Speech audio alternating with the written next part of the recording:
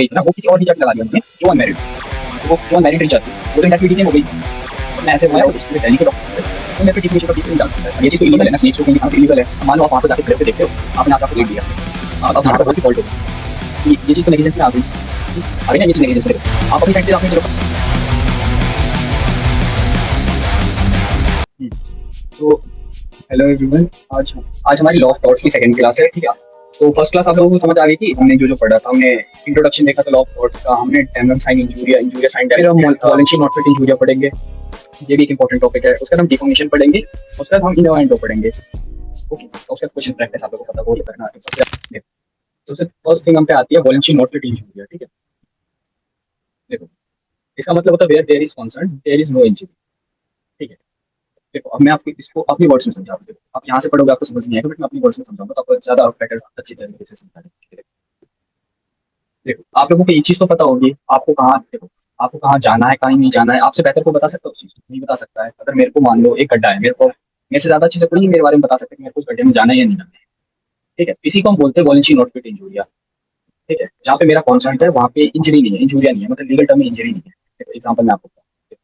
मान लो आप एक क्रिकेट ग्राउंड में बैठे हुए हो, ठीक है। आपको पता है कि मान लो कोई बैट्समैन बॉल हिट करेगा तो वो बॉल आपको आगे भी लग सकती है, ठीक है। बट फिर भी आपने टिकट्स खरीदे और आप ग्राउंड में जाके बैठे, और मान लो कभी बॉल आई, किसी बैट्समैन ने हिट करा, बॉल आपको आके लगे, तो आप उस चीज के लिए क्लेम नहीं कर सकते हो कि यार मैं ग्राउंड में बैठा हुआ था यहाँ स्टेडियम में और मेरे को बॉल आके लग गई या पैसे दो मेरे, बिकॉज आप अपने कॉन्सेंट से गए थे वहाँ, आपको पहले से ही पता था कि अगर मैं ग्राउंड में बैठूंगा, स्टेडियम में बैठूंगा तो मेरे को बॉल आके लग सकती है।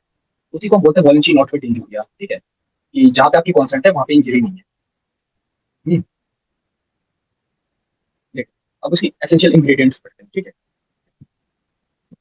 For voluntary not fit injury to apply, it is essential that a person was fully aware of risk and it is with the knowledge of the risk that he is concerned to the risk, that is mere knowledge is not sufficient, that the consent must be proven. इसका मतलब हुआ कि अगर आप उस ground में बैठ रहे हो तो आपको पहले फुल्ली पता रहना चाहिए कि ग्राउंड में अगर मैं बैठूंगा तो मेरे को चोट भी आके लग सकती है, ठीक है। तो आप उस चीज से फुल्ली अवेयर होना होगा, ठीक है। ये नहीं होगा कि आप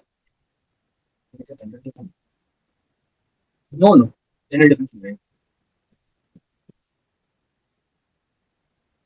देखो, इस चीज में ये होगा कि आपको 100% वो चीज पता रहना चाहिए कि फुल्ली आपको वो चीज पता रहनी चाहिए कि अगर मैं यहाँ पे जाऊंगा तो मेरे को इंजरी हो सकती है, ठीक है।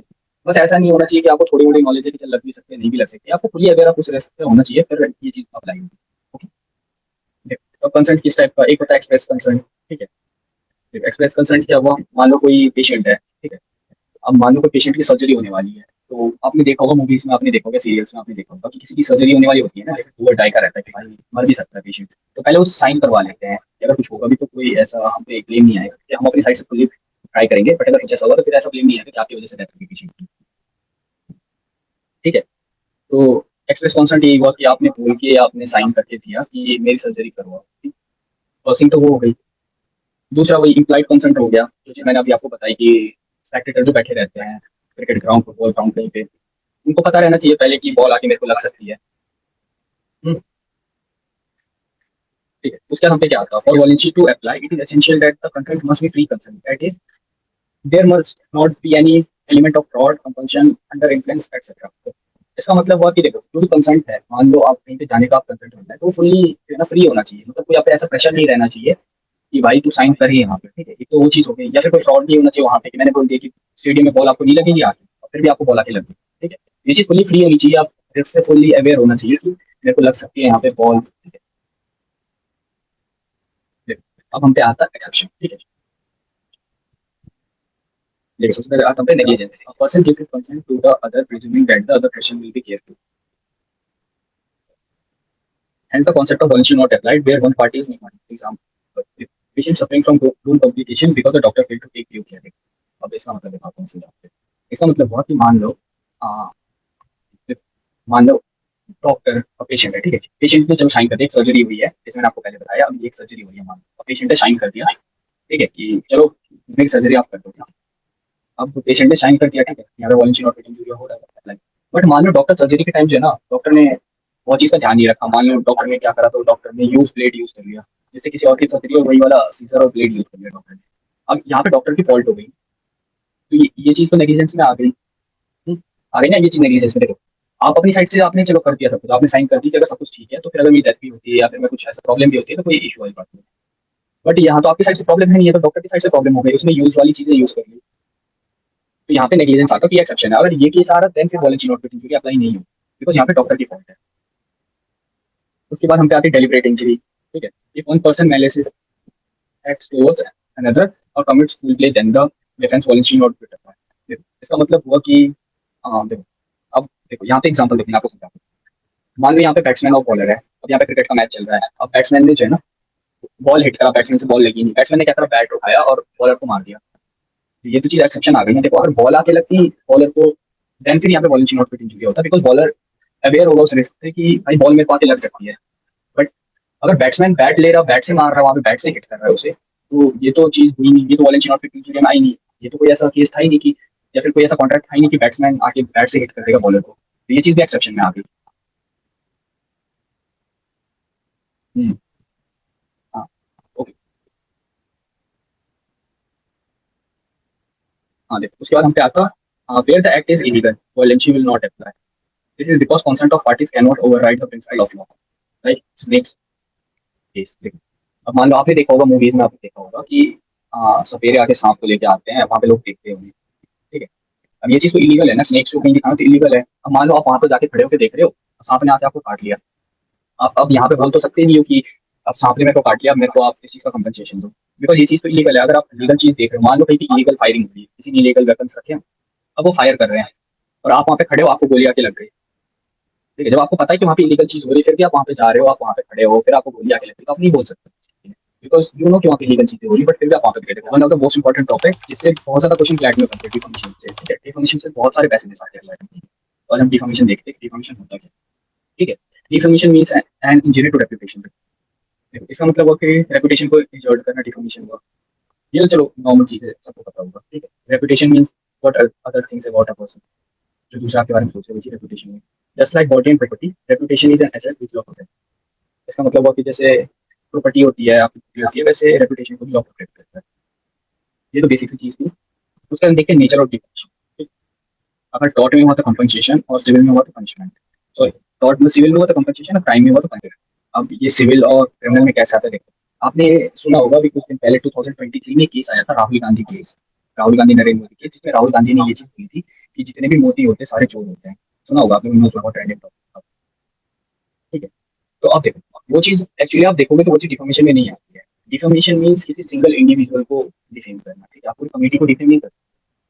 ओके, जैसे मान लो स्पेशली मैं किसी गली में गया, मैंने बोला इस गली के डॉक्टर चोर है, देन फिर वो मेरे पे डिफॉर्मेशन का केस डाल सकते हैं। बट मैं ऐसे बोल रहा हूँ कि पूरे दिल्ली के डॉक्टर चोर है, तो फिर कोई मेरे पे डिफॉर्मेशन का केस नहीं डाल सकता है, बिकॉज मैंने पूरी कम्युनिटी को बोला है। ठीक है, कोई कम्युनिटी पे डिफॉर्मेशन का केस नहीं है, बट मैं कोई पर्टिकुलर आदमी या दो तीन आदमी जो साथ में है, अगल बगल में है, ये बोल रहा हूँ, डिफॉर्मेशन का केस मानता है।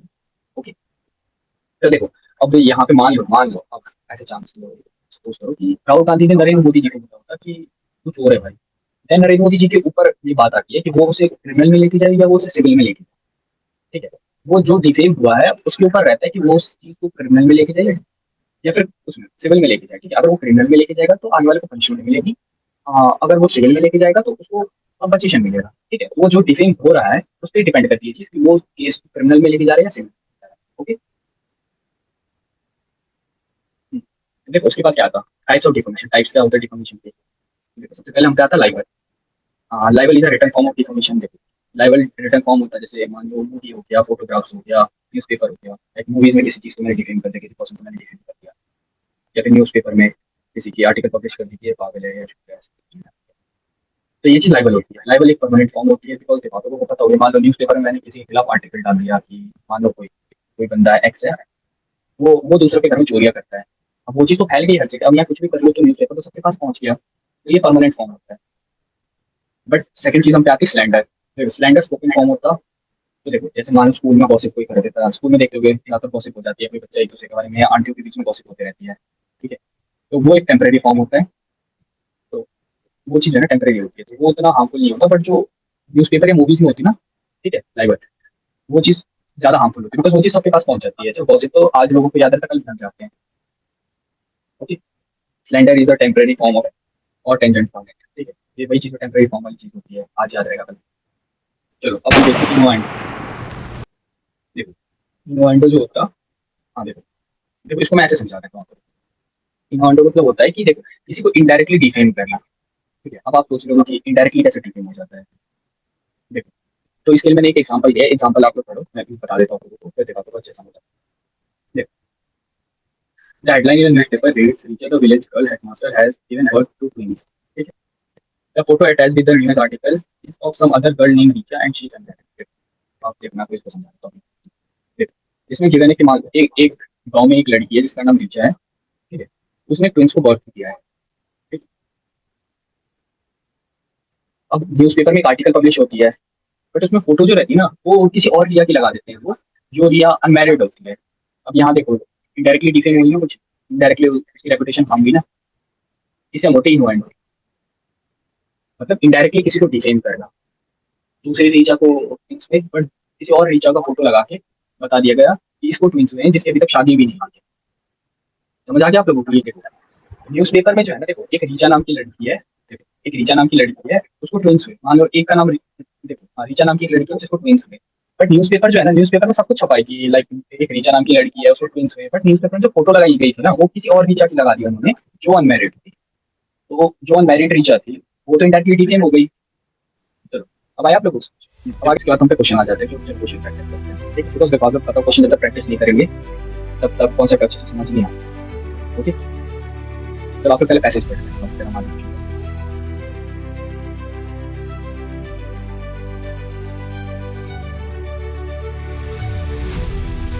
पढ़ लिया आप लोगों ने?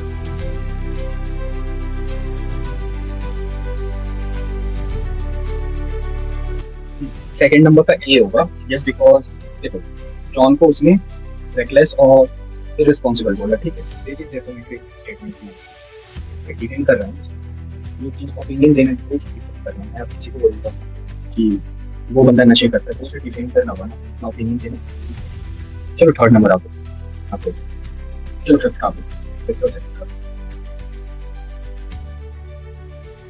ठीक है, सेवन और एट का आप होमवर्क में करके आना। ठीक है,